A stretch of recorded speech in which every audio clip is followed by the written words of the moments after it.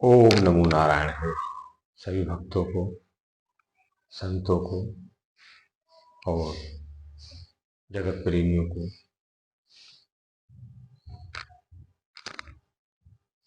कोटि कोटि प्रणाम। मित्रों, आज गीता का दूसरा अध्याय आपके समक्ष प्रस्तुत करने जा रहा हूं, जिसका महात्म्य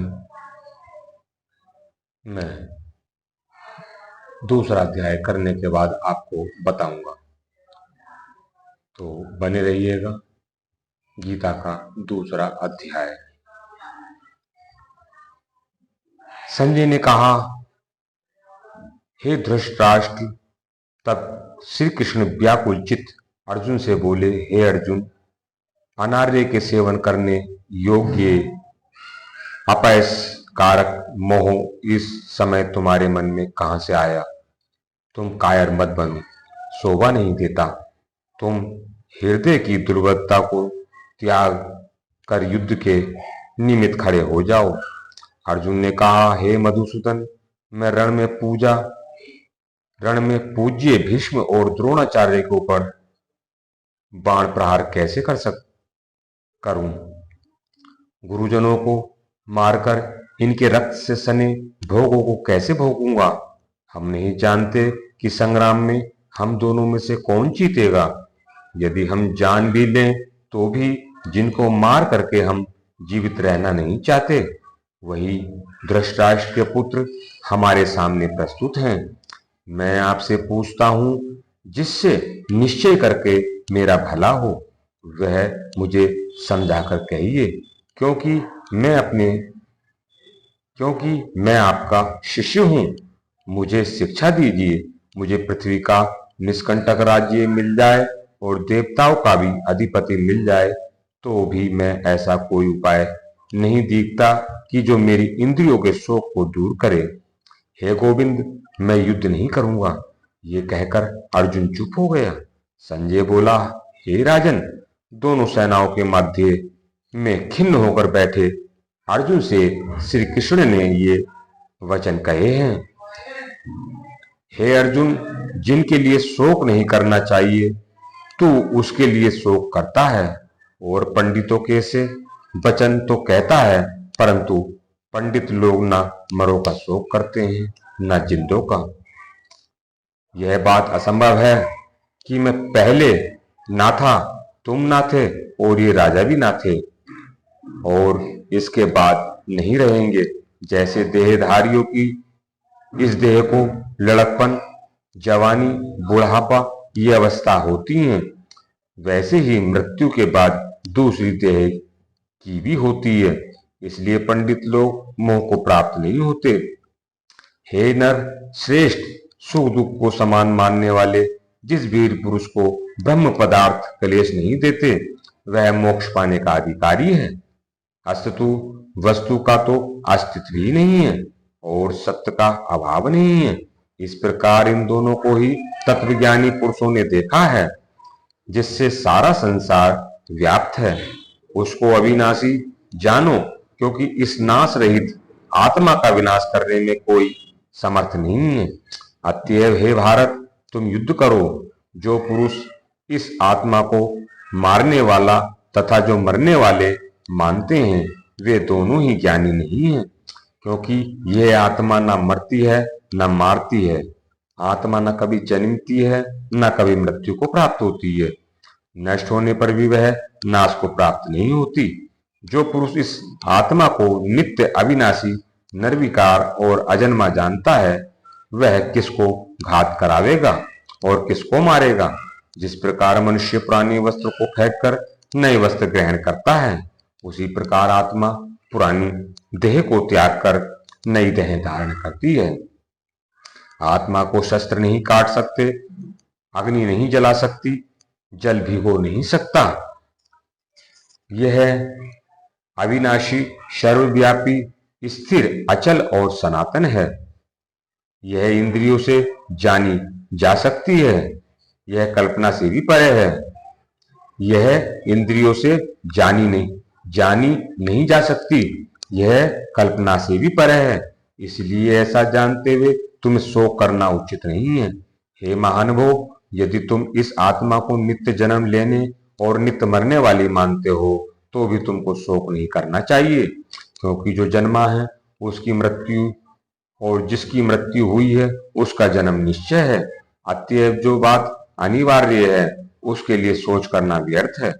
जन्म देने से पहले क्या था किसी को मालूम नहीं, फिर मरने के पीछे क्या होगा कोई नहीं जानता। ऐसी दशा में किसी बात का सोच करना क्या तुमको उचित है? इस कारण सब प्राणियों के विषय तुमको सोच करना उचित नहीं है। अपने धर्म को भी सोचकर तुमको घबराना उचित नहीं है, क्योंकि क्षत्रियो को धर्म पूर्वक युद्ध से और कुछ भला करने वाला नहीं है।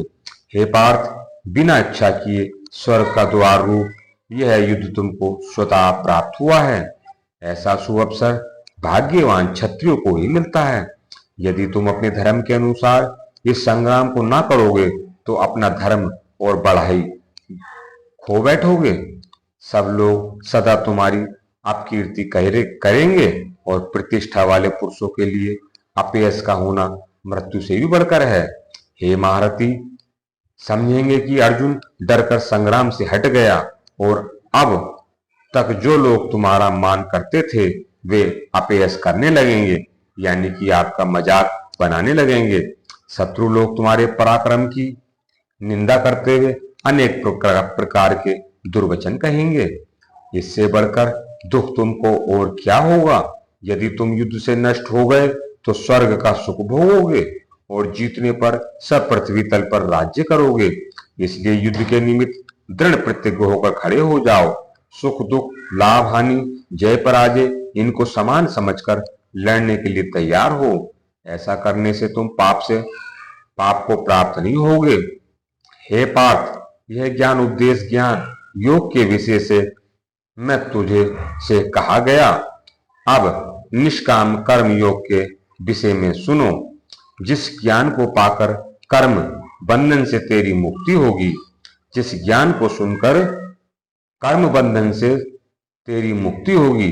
कर्म योग मार्ग एक बार प्रारंभ किए बिना कर्म का नाश नहीं होता और विघ्न पड़ने पर भी सुफल होता है, और इस कर्म का केवल प्रारंभ ही संसार के भय से छुड़ाकर पूर्ण ब्रह्म प्राप्त कराता है। निश्चय करने वाली बुद्धि इस निष्काम कर्म में ही है। कामना वाले पुरुषों की बुद्धि एकाग्र नहीं रहती।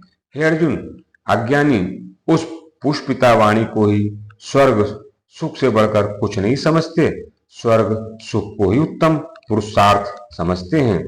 उनको कामनाओं से चित्त व्याकुल होने के कारण निश्चयात्मक बुद्धि मोक्ष साधक की नहीं उत्पन्न होती, कारण कि उनका चित्त इस प्रकार मोहलिप्त है और जिनकी आसक्ति भोग विलास ऐश्वर्य में है। ऐसे पुरुषों के अंतःकरण में निश्चयात्मक बुद्धि नहीं होती है। हे अर्जुन, अनेक जलाशयों में मनुष्य का कार्य सिद्ध नहीं होता है। बड़े जलाशयों से वो सब प्रयोजन अनायास सिद्ध हो जाते हैं। उसी तरह संपूर्ण वेदों में कहा हुआ काम कर्मों का फल ब्रह्म में भक्ति रखने वाले मनुष्य को सहज ही प्राप्त होता है। तुमको केवल कर्म करना चाहिए, फल तुम्हारे अधिकार में नहीं। तुम ना तो फल की अभिलाषा से काम करो, ना निकम्मे ही रहो। फल की आशा त्याग कर कार्य की सफलता को समान मानकर तुम योगस्थ होकर कर्म करो। यही कर्म का ज्ञान योग है। बस बुद्धि योग सहित कर्म से अन्य कर्म अत्यंत हीन है। इसलिए तुम बुद्धि योग का आश्रय ग्रहण करो। फल की इच्छा रखने वाले निकृष्ट होते हैं। निष्काम कर्म करने वाला पुरुष ईश्वर कृपा से इसी संसार में सुकृत तथा दुष्कृत इन दोनों ही का त्याग कर देता है। इसलिए तुम निष्काम कर्म से प्रवृत्त हो। कर्म फल को त्याग कर ही बुद्धि युक्त ज्ञानी पुरुष जन्म बंधन से हटकर मोक्ष को प्राप्त होते हैं। जब तुम्हारी बुद्धि मोह वन के बाहर निकल जाएगी, जब तुम्हारा मन आगे सुनने वाली तथा हुई बातों से विकृत हो जाएगा, जिस समय वह निश्चल होकर आत्मा में स्थित होगा, तभी तुमको तत्व ज्ञान प्राप्त होगा। अर्जुन ने पूछा, हे केशव, आत्मस्वरूप में निश्चल बुद्धि वाला किसको कहा है? उसके लक्षण क्या हैं? श्री कृष्ण जी बोले, हे अर्जुन, जो महापुरुष मन की सब कामनाओं को त्याग देता है और अपने आप ही में प्रसन्न है, उसको निश्चल बुद्धि कहते हैं। यानी कि जो सारे कर्मों को त्याग कर, सारी इच्छाओं को त्याग कर शांत हो जाता है, उसको निश्चल बुद्धि वाला कहते हैं। दुख में किसके मन को खेद नहीं होता और सुख में किसको आसक्ति नहीं होती, और प्रीति भय क्रोध जिसके जाते रहते हैं, वह महात्मा स्थिर बुद्धि वाला मुनि कहता है। जो शुभ पदार्थ प्राप्त होने पर हर्ष नहीं करता, अशुभ से अप्रसन्न नहीं होता, उसी को स्थिर बुद्धि जानना चाहिए। यानी कि जो अच्छे कर्म से खुश नहीं होता और बुरे कर्म से परेशान नहीं होता, उसको ही निश्चल बुद्धि जानना चाहिए। और कछुआ जैसे अपने अंगों को सिकोड़ लेता है, उसी तरह जो पुरुष अपनी इंद्रियों को विषयों से हटाकर उसी की बुद्धि स्तर जाननी चाहिए। निराहारी पुरुष के विषय घट जाते हैं, परंतु विषयों में उसकी चाह बनी रहती है। पर ब्रह्म का अनुभव होने पर चाह भी घट जाती है। हे अर्जुन, मोक्ष में प्रत्यक्ष करने वाले विद्वान व्यक्ति को भी प्रबल इंद्रियें बलात्कार से उसके मन को जीत लेती हैं। इसलिए सब इंद्रियों को विषयों से रोक मेरे विषय तत्पर हो जाएं। जिसने इंद्रियों को वश में कर लिया है, उसी की बुद्धि निश्चल है। जो पुरुष विषयों को ध्यान में रखता है, उसकी प्रीति हो जाती है। प्रीति होने से कामना होती है। इच्छा के पूर्ण न होने से क्रोध की उत्पत्ति होती है। क्रोध से अविवेक होता है। अविवेक से स्मरण शक्ति नष्ट हो जाती है। स्मरण शक्ति के नाश होने से बुद्धि भ्रष्ट होती है। जिसकी बुद्धि का नाश हुआ, वह विनाश को प्राप्त होता है। जो पुरुष राग द्वेष से रहित हो अपने मन को बस में रखता है, वह शांति को प्राप्त होता है। शांति मिलने पर सब दुखों का नाश होता है। प्रसन्न चित्त वाले की बुद्धि निश्चल होती है। जो पुरुष योग युक्त नहीं है, उसकी निश्चल बुद्धि उत्पन्न नहीं होती। ईश्वर में भावना नहीं होती। भावना के ना होने से शांति प्राप्त नहीं होती। आसक्त को सुख कहां से मिलेगा? जैसे वायु नाव को जल में खींच ले जाती है, उसी प्रकार इंद्रियां उस पुरुष की बुद्धि का नाश कर देती हैं।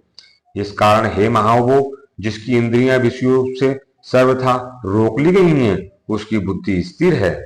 जो सब प्राणियों की रात है, उसमें संयमी जागता रहता है, और प्राणी मात्र जिस समय जागते हैं, मुनिजनों की वह रात्रि है। जल से भरे समुद्र में और नदियों का जल भरने पर भी वह अपनी मर्यादा पर रहता है। उसी प्रकार जिस पुरुष में इच्छा के रहने पर भी सब विषय भोग प्रवेश नहीं करते, उसी को शांति मिलती है। विषयों की इच्छा करने वाले को शांति नहीं मिलती। जो सब कामनाओं को छोड़कर तथा इच्छा रहित विचरता है, वह शांति को प्राप्त होता है। हे पार्थ, ब्रह्म स्थिति यही है। ऐसी स्थिति मिल जाने पर प्राणी फिर मोह में नहीं पड़ता और अंत समय में निर्वाण ब्रह्म को प्राप्त होता है। इति सुपनिषदम शुब्रह्म ब्रह्म योग शास्त्रे श्री कृष्ण अर्जुन संवादे विषाद योग नामा द्वितीय अध्याय संपन्न। तो मित्रों, ये दूसरा अध्याय था जो हमने आपके समक्ष प्रस्तुत किया। आपको कैसा लगा, इसका आप कमेंट में जरूर बताना।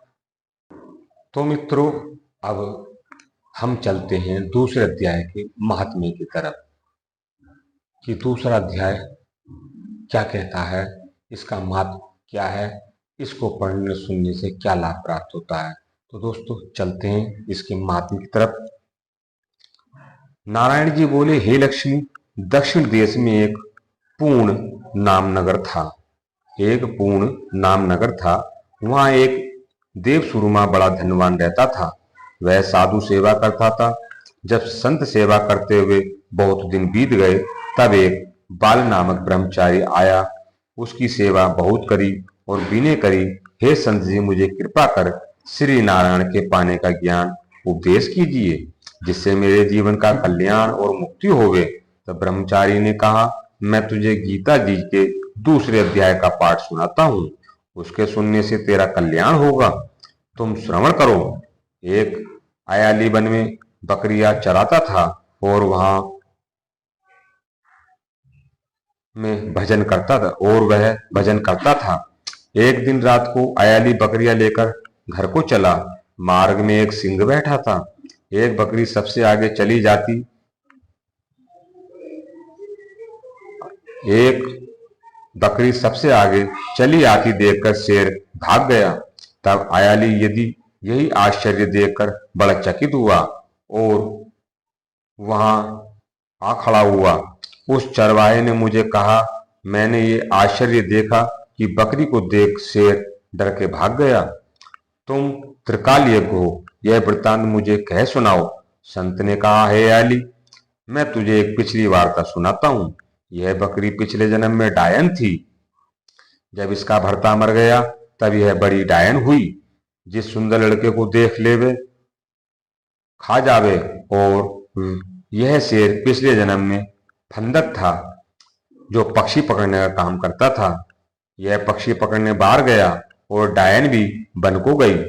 वहां डायन ने उस फंदक को खा लिया। अब वही फंदक शेर है और वह डायन बकरी है। शेर को पिछले जन्म की सारी वाक्या याद हैं। इसलिए बकरी को देखकर शेर ने जाना कि अब तुझे भी खाने आई है। तब अयाली ने कहा, मैं पिछले जन्म में कौन था? तब संत ने कहा, तू पिछले जन्म में चांडाल था। अयाली ने कहा, हे ब्रह्मचारी जी, कोई उपाय भी है जिससे हम तीनों की इस अधम देह से छूटे? तब संत जी ने कहा, हम तुम तीनों का उद्धार करते हैं। ये कह संत जी ने गीता के अक्षर सुनाए। तब उसी समय आकाश से विमान आए। उन सबों को विमानों पर चढ़ाकर बैकुंठ लोक हो गए। अधम देह से छुटकर देवदाही पाकर बैकुंठ को गया। तब श्री कृष्ण जी ने कहा, हे लक्ष्मी, जो मनुष्य श्री गीता जी के ज्ञान को पढ़े सुने वे अवश्य मुक्ति को प्राप्त होता है। तो दोस्तों, ये था दूसरे अध्याय का महत्व। यानी कहने मतलब है, गीता का अध्याय करने से, हमें इसे पढ़ने से, सुनने से और सुनाने से हमें मुक्ति मिलती है। हमारे कर्मों से मुक्ति मिलती है, हमारे पापों से मुक्ति मिलती है। हमें जो है हमारे शरीर के अंदर जितने विकार हैं उनसे मुक्ति मिलती है। तो आप लोगों को कैसा लगा दूसरा पार्ट कमेंट में जरूर बताना दोस्तों। और अब अगला तीसरा पार्ट कल होगा। तब तक के लिए ओम नमो नारायण से, ओम नमो नारायण से। और दोस्तों, ज़्यादा से ज़्यादा अपने मित्रों में और जानने वालों में शेयर करें ताकि वो इसका लाभ ले सकें। अगर आप नहीं सुनना चाहते तो आप इसको चलाकर अपने मोबाइल में छोड़ दें, ठीक है। तो दूसरा पार्ट मैंने आपको अध्याय सुनाया, कैसा लगा कमेंट में जरूर बताना। ओम नमो नारायण। ओम श्री हरि नारायण शंभु काशी विश्वनाथ गंगे हर हर महादेव।